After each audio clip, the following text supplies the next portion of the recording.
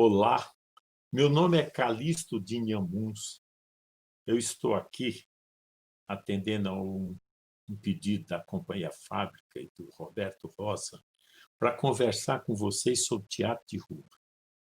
É uma conversa que não é fácil, né? Teatro de rua já é uma coisa meio complicada. Às vezes eu vejo alguém falar assim: olha, teatro de rua é muito difícil, o que você faz no meio de uma praça, tem barulho, passa helicóptero, a polícia corre atrás de um ladrão, uma bagunça desgraçada. Isso provavelmente se você estiver fazendo na Praça da Sé em São Paulo. Se você anda 300 metros, vai na Praça Patriarca, já é mais tranquilo. Se você vai para uma cidade do interior, fica mais tranquilo ainda. Uma cidadezinha anuncia um espetáculo de teatro de rua, coloca umas cadeirinhas, as pessoas sentam lá e assistem tranquilamente, com o maior respeito, estão lá para assistir. É diferente quando você faz em uma rua que as pessoas estão de passagem. E é sobre esse teatro que eu quero falar com vocês, que tem essa discussão, o que é teatro de rua e o teatro feito na rua. Que o teatro feito na rua é que você faz um espetáculo, aí traz para a rua, cria umas condições e apresenta. Você faz para um espaço definido, faz para um palco. Agora, o teatro de rua ele é feito para essas com elementos, com diferenças, há toda uma situação específica. É sobre isso que eu vou conversar com vocês e também a pedido do Roberto Rosa, através dos estudos do Rubens Brito. Quem é Rubens Brito? Rubens Brito é um grande amigo meu, faleceu em 2008. Vocês, a história é isso. Eu sou velho, vou falar do meu passado, está cheio de cruzes. Mas vamos lá, eu vou falar, Irineu morreu, Sofredino morreu, não se preocupem com isso, faz parte da vida, viu? Então, Rubens Brito foi um grande amigo meu. Conheci o Rubens Brito no Teatro Mambembe do Sesc, que era um projeto do Carlos Alberto Sofredini, patrocinado pelo Sesc. Uma maravilha. A gente trabalhava lá, tinha até carteira assinada. Acho que foi a última carteira assinada que eu tive na minha vida. Eu, antes de fazer teatro, trabalhei na roça, trabalhei em fábrica, fui executivo, mas depois só tive carteira assinada quando trabalhei nesse projeto do Sesc. Aí o que acontece? Lá eu conheci o Rubinho. Nesse projeto fizemos A Vida do Grande Dom Quixote de La Mancha e do Gordo Sancho Panza, que é sobre o que eu vou falar hoje. São os elementos e os procedimentos utilizados nesse espetáculo, que era um espetáculo de rua, e fiz com ele também, década de 80, começo da década de 80, fins da década de 70, ele me dirigiu e trabalhou comigo num espetáculo chamado Juiz Paz da Roça, que até hoje eu tenho saudades desse espetáculo. Um espetáculo Rubinho. Na década de 70, ele era considerado um dos melhores atores cômicos do estado de São Paulo. Depois ele pegou, começou a dar aula, deu aula em escolas importantes de São Paulo, depois criou uma escola e, a partir da década de 90, se dedicou à vida acadêmica. E na vida acadêmica dele, ele que amava perdidamente o teatro brasileiro, a tese de mestrado dele foi a linguagem teatral de Arthur Azevedo. A tese de mestrado foi o teatro épico de Luiz Alberto de Abreu. E o pós-docente foi teatro de rua, princípios, elementos e procedimentos. Uma colaboração do grupo de teatro Mambembe, que é sobre isso que eu vou falar hoje. O pior, para vocês entenderem, como eu era amigo do Rubens Brito, Ele era tão amigo meu que fez uma sacanagem quando morreu. Foi exatamente isso. Foi uma sacanagem a morte do Rubens Brito. O que, o que aconteceu?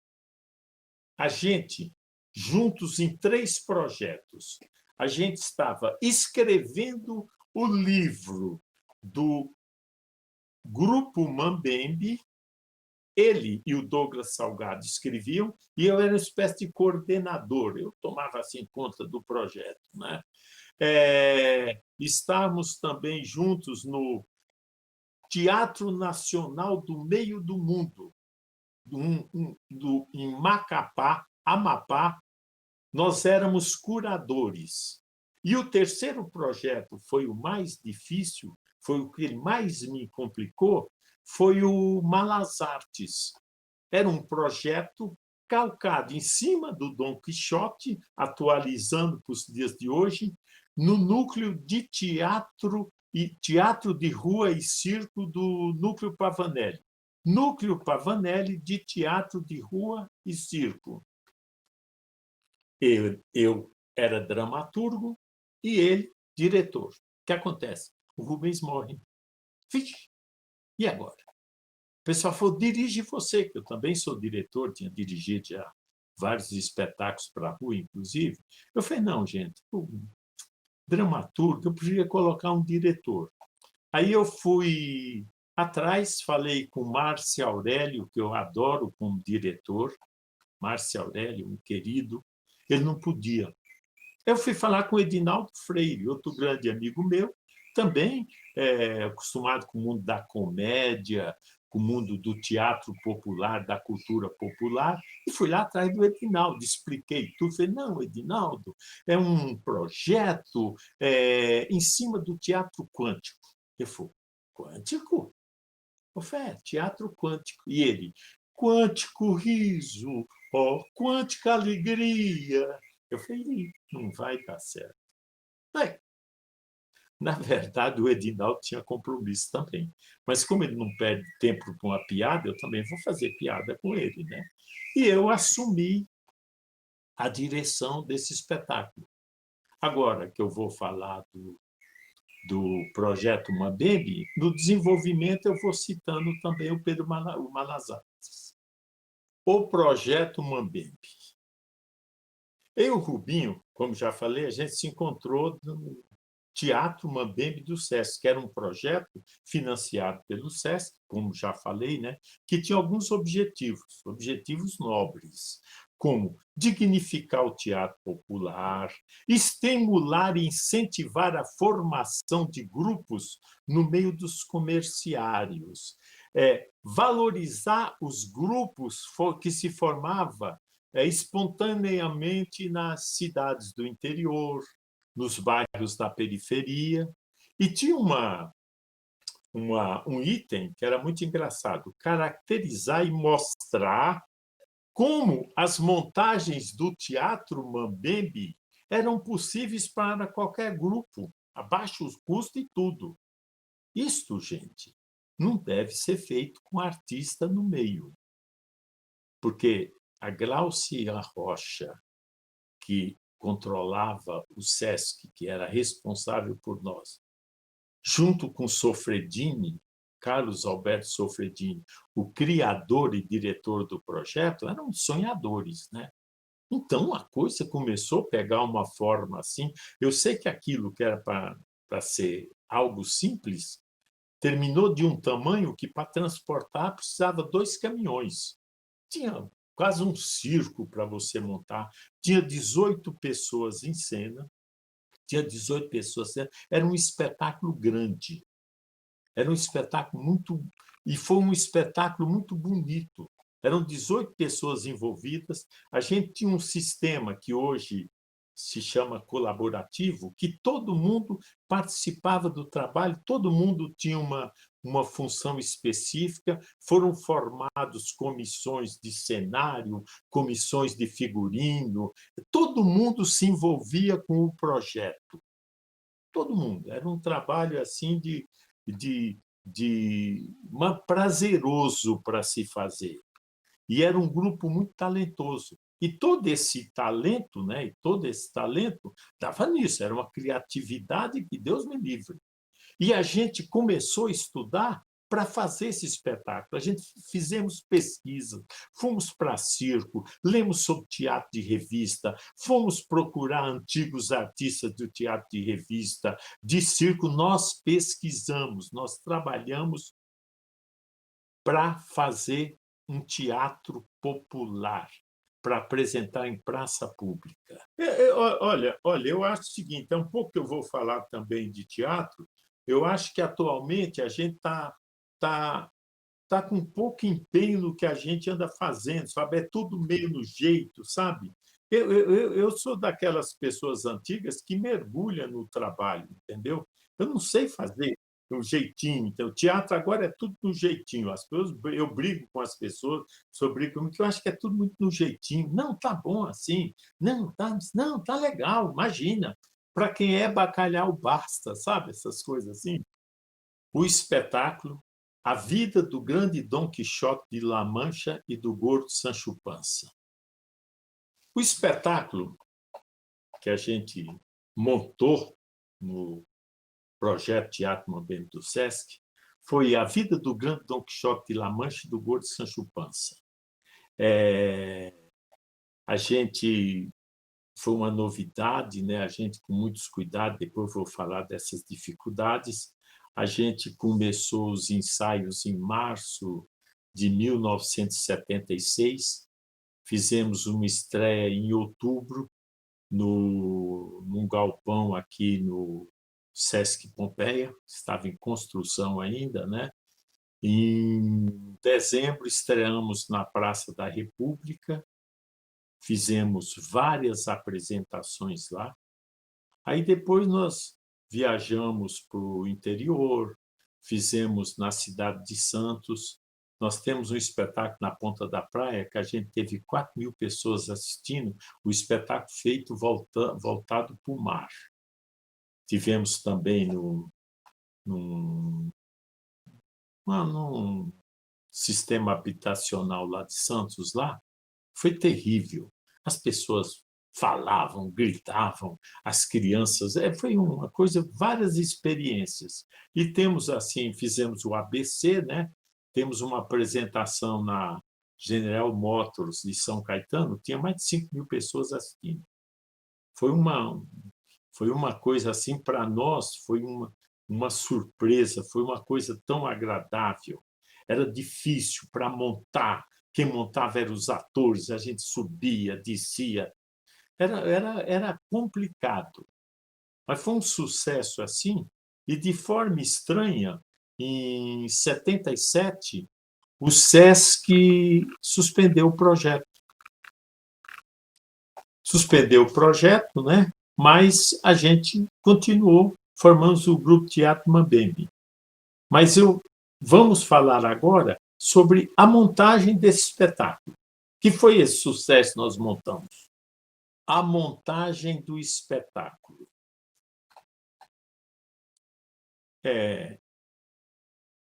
O começo é sempre difícil. Naquela época, começo da década de 70, não existia nenhum grupo fazendo esse tipo de trabalho, voltado para um teatro popular. Um teatro popular, não como os CPC, os Centros Populares de Cultura, mas um teatro popular tentando construir esse teatro com a cultura popular. Foi quando nós pesquisamos, foi aquilo que pesquisamos circo, teatro de revista, e foi complicado. Uma que, na época, isso, como não existia, talvez por desconhecimento ou preconceito, não era reconhecido, não era considerado uma coisa séria. O teatro sério era aquele que era feito em um teatro de palco italiano ou algo semelhante, um teatro fechado, onde os críticos iam assistir, que ganhava os prêmios, que eram reconhecidos como teatro sério. Um teatro de rua não é uma coisa. Teatro popular, então, era aquela coisa assim, né? Mas a gente enfrentou isso, começamos a trabalhar. Lógico, a gente tinha uma parte do pessoal vinha da ECA, outros vinham do teatro amador, que tinham trabalhado Carlos Alberto Sofredini, que tinha feito vários teatro amador, e outros vinham do ABC, que era o caso meu, do Edinaldo Freire, da Noemi Gerbelli e Mário César Camargo. E a gente foi se envolvendo com aquela coisa, pisando devagarinho, aí aquilo foi crescendo, foi crescendo. Quando a gente saía e ia assistir um espetáculo de circo, era uma aula para a gente. Inclusive, o próprio circo tinha uma visão meia crítica sobre o trabalho deles. Um dia alguém falou: hoje tem artista de verdade assistindo ao nosso espetáculo. Uma, uma, não vou falar bobagem, que ele falava dentro de um ponto de vista que ele tinha, dentro de uma tradição cultural que o popular não era respeitado, não era considerado coisa séria. Então, ele tinha esse tipo. Nós pegamos, fizemos o espetáculo com essa pesquisa toda, entendeu? Enfrentando todos esses, inclusive o nosso desconhecimento. A gente foi estudando e viu que o texto que a gente usar, não era o que se apresentava em um palco fechado, em um espaço fechado. Já pensou você pegar um texto de 2 horas e apresentar em praça pública? Suicídio. A praça pública, o público vai chegando, o público é passante, o cara vê, para, opa, quero ver, vai assistir. Se ele chega no meio de um texto fechado, ele vai embora. Suicídio, isso. A interpretação também tinha que ser diferente. Era diferente. Não era teatro íntimo. Era um teatro que você falava num espaço aberto. Aí começamos a estudar figurinos, nós começamos a estudar todos os elementos teatrais.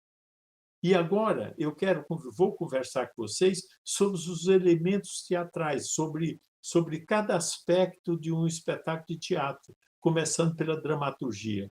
O espaço cênico. Quando você vai montar um espetáculo de rua, ou qualquer espetáculo de teatro, a primeira coisa que você tem que observar é o espaço cênico que você vai utilizar. O espaço cênico é o espaço onde fica quem vai assistir e quem vai apresentar. Esse é o espaço. Então, quando você escolhe a rua, automaticamente coloca algumas questões. Você está no nível do chão. Se as pessoas estão em volta, quantas pessoas vão ver? Já tem uma limitação de público. 50 pessoas? Como é que você faz isso? Você está numa roda, tá?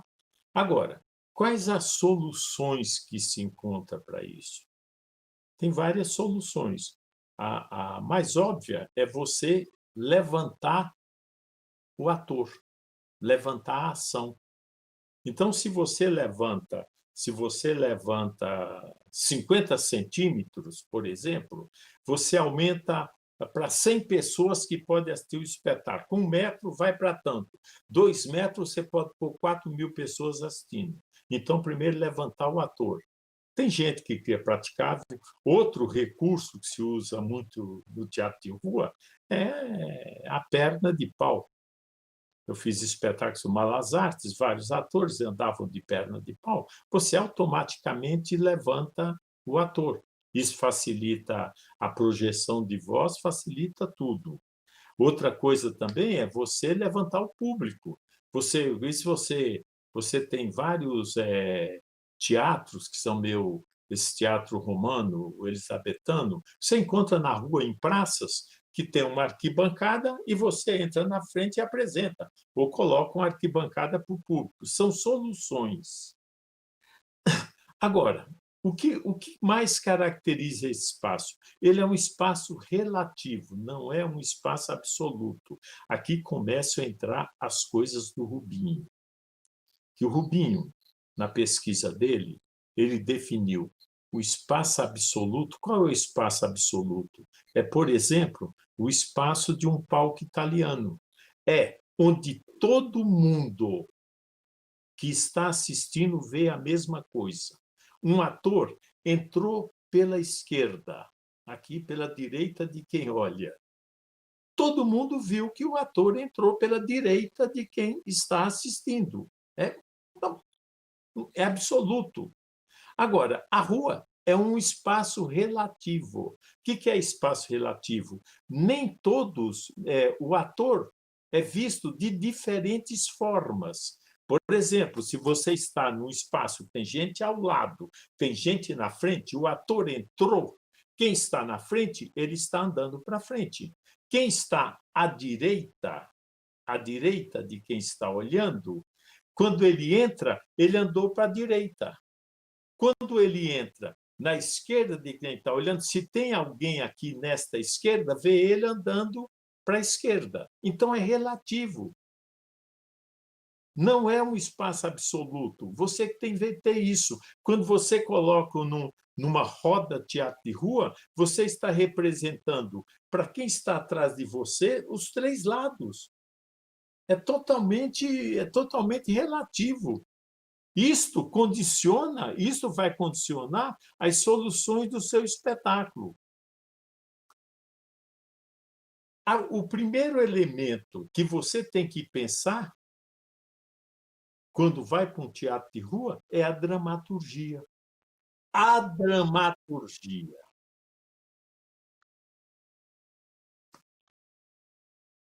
Qual outra característica do espetáculo de rua que dá de encontro com o dramatúrgico?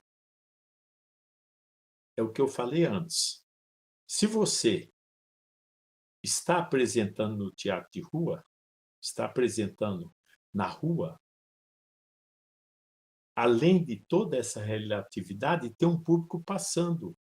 É como eu estava falando, você está na rua, por exemplo, apresentando, tem lá. Aí passa uma pessoa e, de repente, olha assim, tem um movimento, ele para e escuta uma frase assim,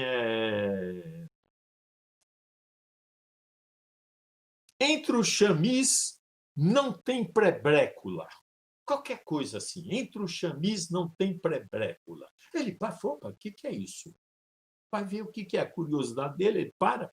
Agora, se ele não entender o que está acontecendo, se continuar com aquilo, ele vai embora, perdeu o interesse. Então, por exemplo, o que você fala na rua tem que despertar o interesse. E a principal função é fazer as pessoas se interessarem. E, melhor ainda, pararem para assistir.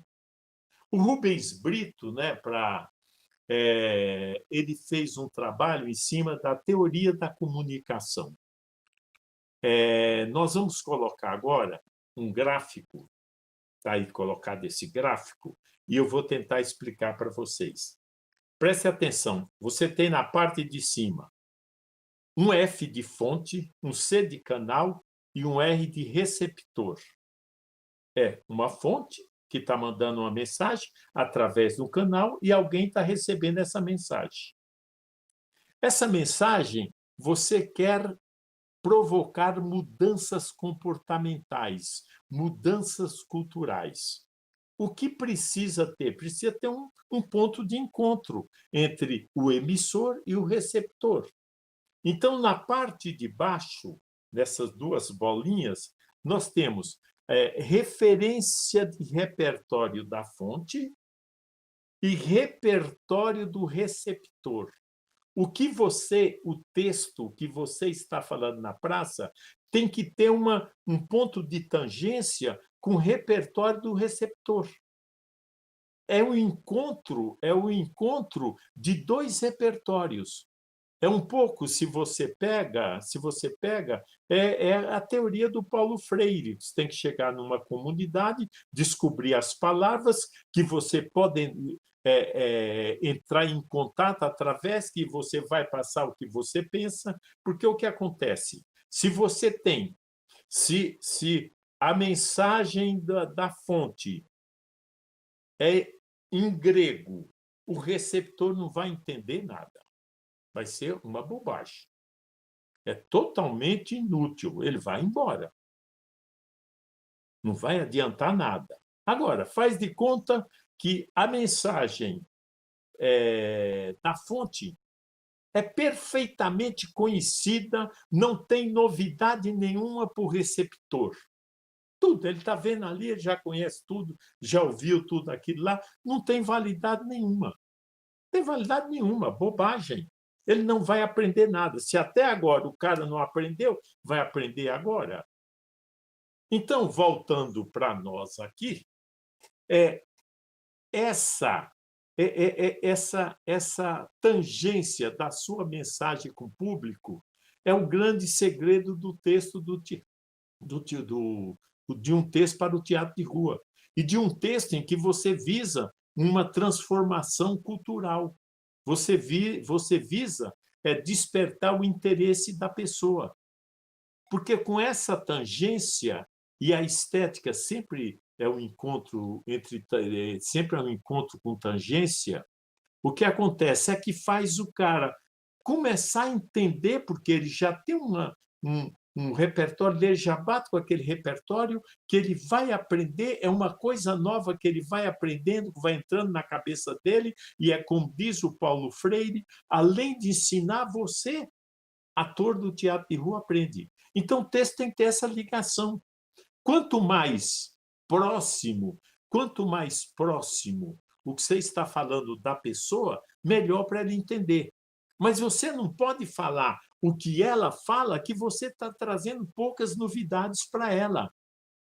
É Paulo Freire, gente. Leia Pedagogia do Oprimido, que vocês vão entender bastante isso, tá? Agora,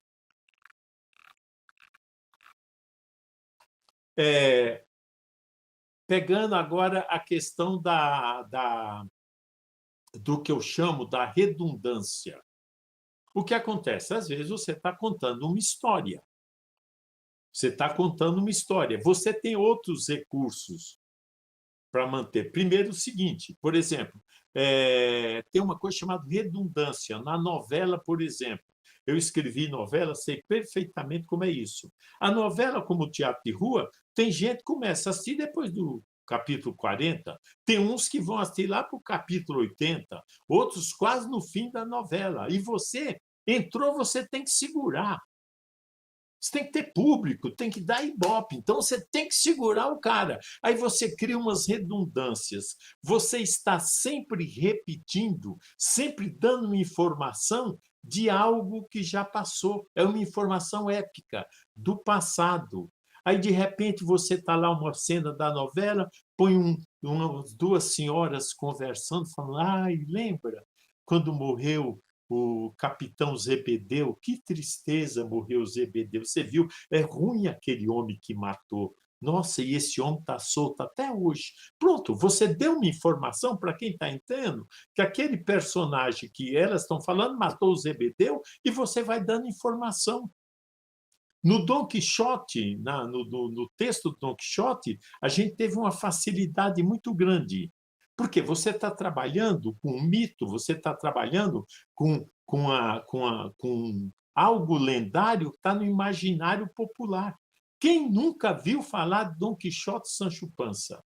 E o pior que isso é característico. Dom Quixote é o sonhador, Dom Quixote é o sonhador, e o Sancho Panza é a pança famélica, ele sempre quer comer. E ele está sempre, e sempre tem uma redundância. Don Quixote vai entrar em uma aventura, ele fala, ai, esse é um sonhador, não chega o que ele já passou, você tem essa chance. E em cima do que eu estou falando, Dom Quixote ainda tem uma estrutura épica, episódica. São várias histórias que vai acontecendo. Nós pegamos na nossa adaptação, nós pegamos, foi uma adaptação coletiva, o texto do Solfredini, mas todo mundo participou da colaborativo, né? Nós pegamos o Dom Quixote e o Sancho Panza e em cima da nossa pesquisa teatro de revista, a gente pegou e usou eles como os compadres de revista. Eles iam entrando, apresentando o ambiente e transportando a cena. Então, são vários recursos que nós usamos na criação da dramaturgia. E tudo isso está na obra do Rubinho. Rubinho estudou isso. Rubinho foi quem fez um estudo aprofundado sobre isso. Tá? Falamos da dramaturgia, vamos falar, então, do visual, os cenários e os figurinos. O visual, figurinos, cenários e objetos de cena. Se é difícil para a dramaturgia, difícil não, se tem exigências da dramaturgia, o visual também precisa ser cuidado sobre o ponto de vista do teatro de rua. É muito importante o visual. É muito importante as cores, as informações que tem nos figurinos, você entende? Por exemplo, no Dom Quixote, a gente fez uma adaptação dos personagens para nosso mundo. Então, tinha um caipira, de repente tinha um jagunço, que na rua isso é muito importante. O personagem entrou, é um pouco do... Isso vem do circo-teatro, que é o personagem entrou, você tem que saber o que é. Então, tem a questão das cores. O cara de preto não é boa coisa. Vestiu de preto já tem uma certa... É o vilão. Vestiu de rosa é a ingênua. De branco é uma pessoa pura. Então, as cores trazem mensagens. As cores são importantes, os figurinos. Então, de repente, a gente, como fazia no nosso espetáculo, era um pouco também uma festa tropical, aí você tinha a rumbeira, entrava o médico, tinha que estar vestido de médico, com a coisa, com tudo, completo. O público é médico, é cangaceiro, é comilão, entendeu? Por exemplo, as pessoas nobres das histórias se vestiam com aquelas roupas nobres, o que se entende por nobre, aquelas cores, aquelas perucas, você entende? É tudo muito em cima de imagens que está na cabeça das pessoas, está no imaginário popular. Então, todo o trabalho era feito em cima disso, para facilitar o entendimento. Porque o que acontece? Na rua, você não trabalha com detalhes. Se você está num espaço cênico pequeno, se você está num estúdio, está num teatro, palco italiano, os detalhes aparecem. Na rua, dentro da abertura que tem em volta, do prédio que tem do lado, de uma árvore, de uma placa, entendeu? As coisas se misturam. Então, precisa trabalhar com objetos claros, definidos. Então, por exemplo, a maquiagem não pode ser uma maquiagem delicada, não. É uma maquiagem que reforça o olho, a boca, as partes principais. É claro, entendeu? É tudo feito. Os cenários, por exemplo, a gente trabalhou muito com telões, porque dentro do circo-teatro, né, porque dentro daquilo que eu falei ficou grande, o nosso palco tinha 12 metros de fundo, 10 de largura, atrás a gente tinha um esquema que a gente montava telões que tinha 6 metros por 3 metros. Eram telões bonitos, eram telões, verdadeiras obras de arte. Então, por exemplo, atrás tinha o telão, o cenário também, a gente usou telões, que é a coisa, além dos telões, nós usamos bonecos. Tinha muitos bonecos, que boneco é outra coisa que forte na cultura popular.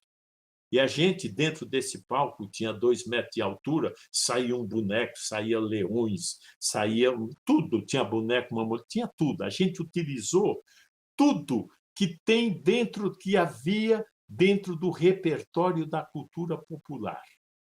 A gente trazia uma mensagem, mas vestida com algo que está dentro do repertório da cultura popular. Era agradável de se ver. Era agradável de se ver. É lógico que a gente tinha um artista como Irineu Chamizo, que era maravilhoso, tudo era muito bonito. Era uma composição, ele tinha cores, era coisa fina, de primeira. Outro aspecto que tem, outro elemento, é a música. Como os cenários, os figurinos, a dramaturgia, a música também é adaptada ao teatro de rua. A música é uma arte, mas é uma arte a serviço do teatro de rua. Então, tem a questão do ritmo, da harmonia, que você usa para ressaltar uma cena, você usa para mostrar um personagem, entendeu? E a gente fez uma opção pela multiplicidade. A gente usava tudo quanto era ritmos, música caipira, samba, afoxé, a gente usava tudo. A multiplicidade. A gente criou uma densidade de sons.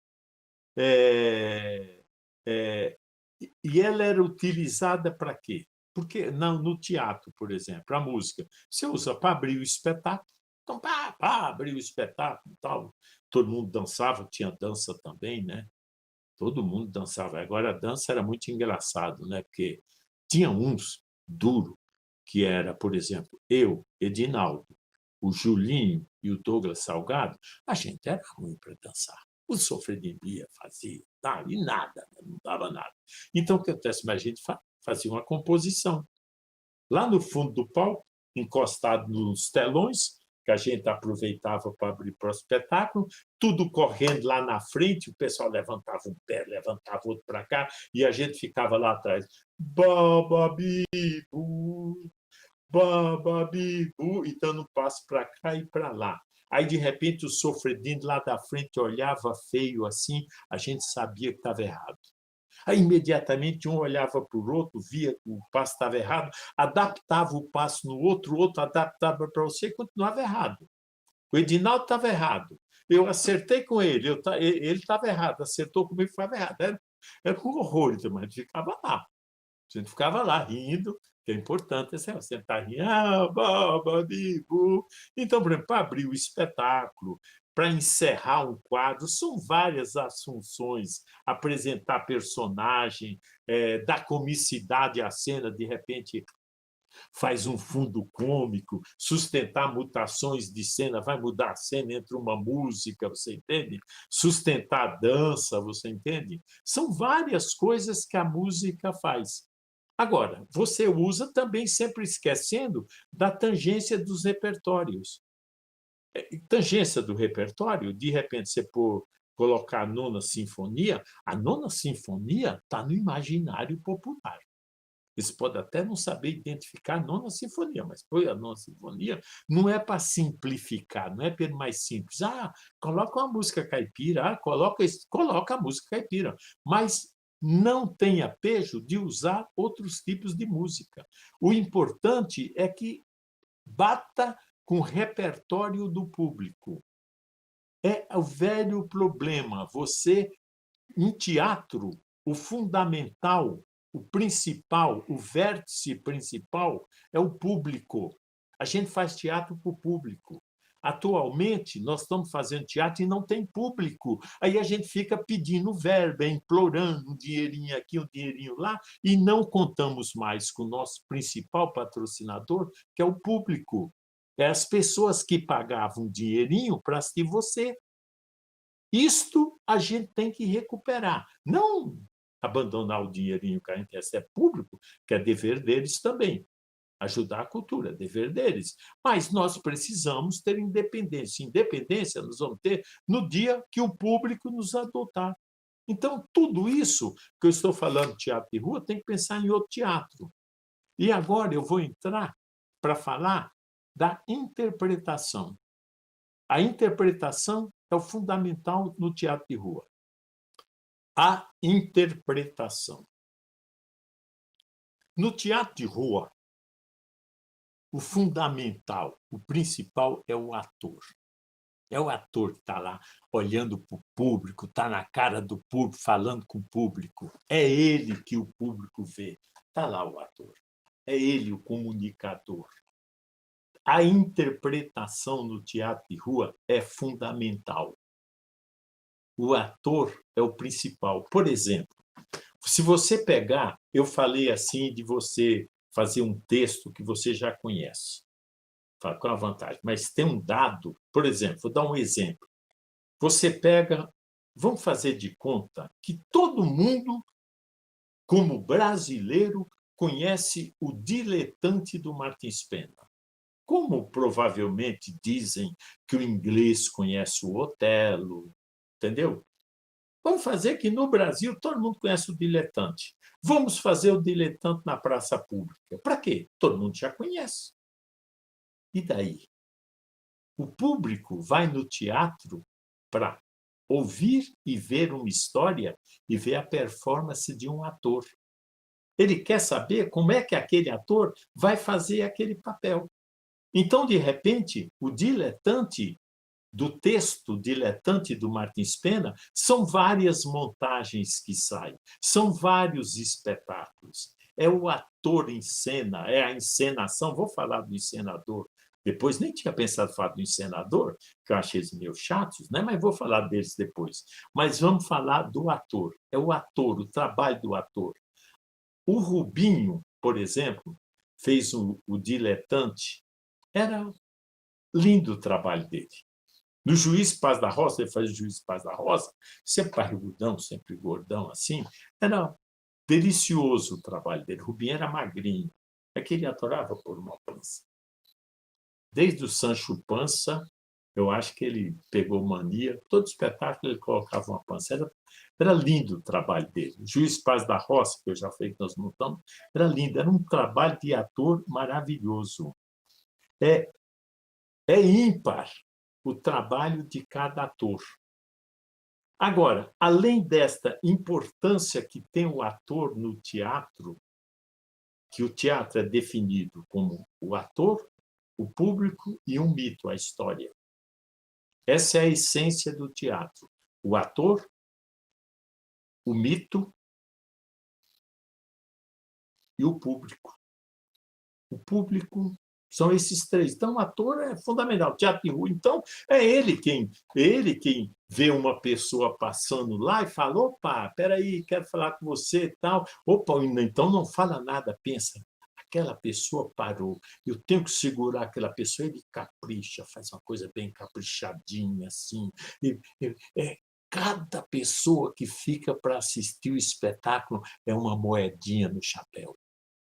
Entendeu? É o teatro que você, cada público, cada coisa boa que você fizer é uma moedinha a mais. Quer comer? Faça direito. Então, o que acontece? Além dessa importância assim, no teatro de rua, tem várias coisas que o ator precisa para o teatro de rua. Primeiro, foi formado para apresentar num espaço fechado, bonitinho, vai para a rua. Você pode ter na rua 10 pessoas, você pode ter na rua 200 pessoas. Primeira coisa que você precisa ter, preparação vocal. Ter preparação vocal. Você precisa ir até o limite da sua voz, treinar, ir até o limite através de treino. Você supera com treino, com exercícios, não é estourar a voz. O seu limite é dentro da sua saúde. sem prejudicar minhas cordas vocais, até que altura eu posso falar, até como eu posso expressar melhor o que eu falo. Você tem isso, você tem o aspecto de potência. E você falar e o público, opa, tem alguém falando.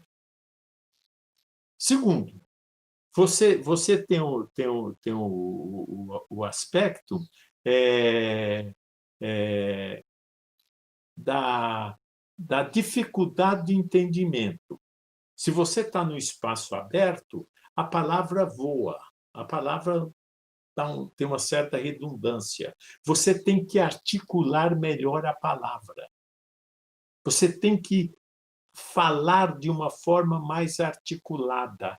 Você tem que pensar no público. O segredo é você ter foco na fala. Eu estou falando com aquela pessoa que está lá na frente, 100 metros de distância, eu estou falando com ela. Você está me ouvindo? Eu estou falando, e isso te dá a força, isso te dá a comunicação, tem que ter foco. Tem que ter foco. Agora, se você está a 100 metros, não dá para você... Calma! Olha, meu amigo, eu sou diletante e quero convidar você para colocar uma moedinha aqui no meu picuá. Calma, tem que falar abraçando o público. Tem que ter essa comunicação. O público está ali. Em teatro de rua, você tem que despertar o interesse e fazer com que o público assista seu espetáculo até o fim. O cara ia passando, parou de encontro com a mulher, até esqueceu da mulher. O cara também não gostava muito, né? Mas esqueceu lá a mulher, ficou vendo você até o fim. E se gostar, ainda dá uma moedinha. Oh, a moedinha que é tudo, né? Então, além da voz, você tem que ter, é, preparação corporal. A mesma coisa, por exemplo, fazendo uma comparação. Você joga futebol de salão. Todo dia futebol de salão, tal. Chega um domingo, te leva para o futebol de campo. A preparação que você tem para futebol de salão, você não aguenta 10 minutos no futebol de campo. Futebol de salão, você dá pique curto, 10 metros aqui, 5 metros lá. Campo, olha, 50 metros, 100 metros, você se arrebenta. Você tem, para jogar futebol de campo, você tem que se preparar corporalmente, fisicamente, para o futebol de campo. Então, se você está preparado para apresentar em um teatro, em uma sala íntima, num estúdio, num palco italiano, você tem que se preparar fisicamente para um espaço aberto, para um espaço relativo, como eu falei, que você olha para tudo quanto é lado. Você tá solto no espaço, você tem que ter físico. Preparação corporal é fundamental. No Don Quixote, a gente tinha uma equipe, né? No Don Quixote tinha uma equipe e a gente fazia até exercício polichinelo, essas coisas assim, que o maldito Julinho está vivo ainda, eu acredito. O maldito Julinho, então é maldito mesmo, dava exercícios militares para a gente. Era terrível, polichinelo, corre, baixa, tudo assim. A gente tinha fôlego, a gente estava preparado, você entende? Aí tem uma coisa que é essencial no teatro de rua, que é a relação com o público. Isto, você tem que estar ali representando o público, conversando com o público, e como no circo-teatro, nós aprendemos uma coisa chamada no circo-teatro, que nós apelidamos triangulação, em que o público é o vértice principal. Essas coisas assim, por exemplo, o circo, o pessoal faz jeito, o cara fala olhando para o público. O melodrama, então, é feito frontalmente com o público. Não tem a quarta parede. Isso, historicamente, é uma explicação. Século XVII, o teatro era feito nos palácios, o teatro era feito para os nobres. Aí o que acontece? A burguesia cresce, se interessa por teatro, e onde tem interesse, tem um bom burguês, comerciante, que vai explorar esse interesse, e começou a aparecer o teatro para a burguesia. Era cobrado, tinha que ter espaço, era grande, não dava, tinha que ter 500 pessoas, 600 pessoas, o lucro. Então, o que acontece? O ator, se ele fizesse o teatro íntimo, o teatro olho no olho, por exemplo, do teatro stanislavskiano, ninguém, quem ia ouvir. Então, foram pesquisar o teatro de feira, o teatro de rua feito nas feiras, onde a conversa é cara a cara, é olho a olho com o público. Então, desenvolveram esse trabalho. O ator fala olhando para o público, fala enfrentando o público. Aí o que acontece? Na nossa pesquisa do teatro de circo, nós estudamos isso, e o Sofredini criou, ou pelo menos apelidou, algo chamado triangulação. O que é a triangulação? A triangulação é a questão do público como vértice. A gente fala olhando para o público. Então, o que acontece? Um está conversando com dois. Um aqui, dois está aqui. Eu faço pergunta para um, falo, como é que vai você? Olhando para o público, como é que vai você? O dois aqui responde, eu vou bem, e você? Tudo, a conversa é feita através do público. É lógico que a gente foi melhorando esse tipo de procedimento. Por exemplo, num diálogo, eu começava falando com dois. É o contrário, né? Fica difícil na câmera assim. Eu começava falando com dois, falava, eu quero falar para você que você é uma pessoa que não presta. Eu vou acabar com sua vida. Ouviu? Se vocês repararam, eu começava no meu receptor aqui, o 2 que está aqui do meu lado, começava, falava para o público tudo o que eu tinha que falar e voltava para o 2. O 2 recebia aqui, você não tem coragem de me matar. Você não sei o que lá, ouviu? Ficava isso, a gente conversava triangulando com o público. E fica claro, todo mundo ouvia, facilitava a emissão da voz. É o tipo de interpretação que é feita no circo, que não tem acústica, é a cultura popular. São as tradições populares que a gente foi pesquisando para o teatro de rua. Então, na preparação do ator, tem uma coisa fundamental, que é a parte psicológica.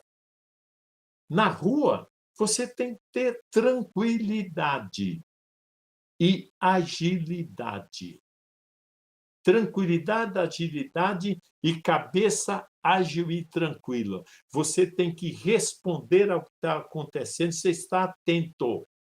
Se por acaso você tem a dualidade do teatro, o teatro comum, você tem a dualidade. Eu estou conversando sou um personagem, estou conversando com outro personagem, eu, ator, estou pensando como personagem, porque se você não consegue falar sem pensar, personagem também não. Se eu sou personagem, eu tenho que pensar como personagem. Ainda tenho que estar atento às circunstâncias dadas. Eu sei que eu vou ter que sair por aqui ali. A rua, então, isso amplia muito. Que eu falo com o ator de todas essas características, penso nas circunstâncias dadas, e essas circunstâncias dadas tem interferência de alguém que grita, tem um cachorro que entra em cena, cachorro entrando em cena, gente, é terrível, é uma injustiça. Tem uns cachorros tão bonitinhos, o ator uma covardia com o ator. Entendeu? É melhor você deixar o cachorro sair para continuar. Não vai competir com o cachorro, não, que é terrível. Entra bêbado, entra tudo. Então, você precisa estar preparado psicologicamente, você precisa ter consciência do seu trabalho. Aliás, isso é em todo o trabalho. Você tem que ter consciência do seu trabalho. Tá? E agora eu vou falar da encenação. A dramaturgia é isso, né? Nós temos dramaturgia em tudo. O que é dramaturgia? É uma estrutura de comunicação. Você cria uma estrutura, por exemplo, você vai fazer uma música, você cria uma dramaturgia. Você planeja, eu vou fazer essa música de uma forma que ela comece alegre, fique triste e volte para a alegria. Você faz um projeto de comunicação. A dramaturgia, agora eu vou falar da encenação e vou falar e falo esse tema. Eu ia enrolar no encenador, falo nesse tema. O ator tem a dramaturgia do ator, que é um projeto, é uma estrutura de comunicação que eu falo. Eu entro por aqui, eu entro, ali eu faço isso, aquilo eu faço isso, coloco na cabeça e vou interpretando com isso, me dando sustentação. Você vai fazer um show, você também faz a dramaturgia do show. A gente apresenta uma música alegre, uma triste e tal, aí você faz essa piada aqui, depois a gente entra isso aqui. Não é isso que a gente faz? Isso é a dramaturgia. Se você tem noção dessa estrutura, você desenvolve melhor o seu show. Que a dramaturgia tem uma síntese, tem uma gramática, aí você vai aprendendo isso. É uma estrutura de comunicação. Para quem eu vou fazer? Entendeu? Então, em qualquer obra literária, de audiovisual, você tem a história, que é uma coisa orgânica. Alguém foi atropelar a rua e foi atravessado. Essa é a história. E você tem a narrativa, que é a drama. Como é que eu vou contar isso? Eu vou pôr uma mulher chorando, pergunto o que aconteceu. Ela começa a contar o caso, foi atropelado. Como é melhor eu contar essa história? É sempre assim, como é o melhor o show? Como a gente fazer um show melhor? O outro foi muito. Como é que nós vamos melhorar esse show? Aí você faz uma estrutura de comunicação. Bom, vamos então falar do encenador. O encenador é o diretor do espetáculo, é o responsável pela encenação, que é muito importante também no teatro de rua. Antigamente você não tinha isso. O palhaço entrava na rua, fazia, o circo também tem uma certa direção, mas não como a gente vê hoje um encenador que cria um espetáculo, mas é super importante no teatro de rua. Você sabe que, quando a gente fala de dramaturgia, se pensa muito no texto. A dramaturgia não está só no texto.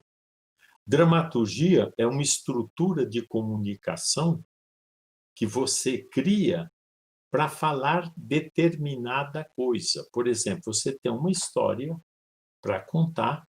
Um cara que foi atravessar a rua, saiu do banco com dinheirinho para pagar o aluguel, foi atravessar a rua, foi atropelado por um ônibus, virou aquela paçoca, sumiu o dinheiro dele e tal, e a mulher foi despejada. Essa é a história.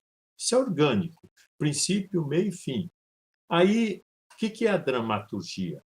É uma estrutura de comunicação. Como é que eu vou contar essa história para um público de forma que seja mais sucesso, que fique melhor, que eu vou chocar mais o público, que eu vou agradar mais o público? Aí eu começo a bolar uma estrutura de comunicação.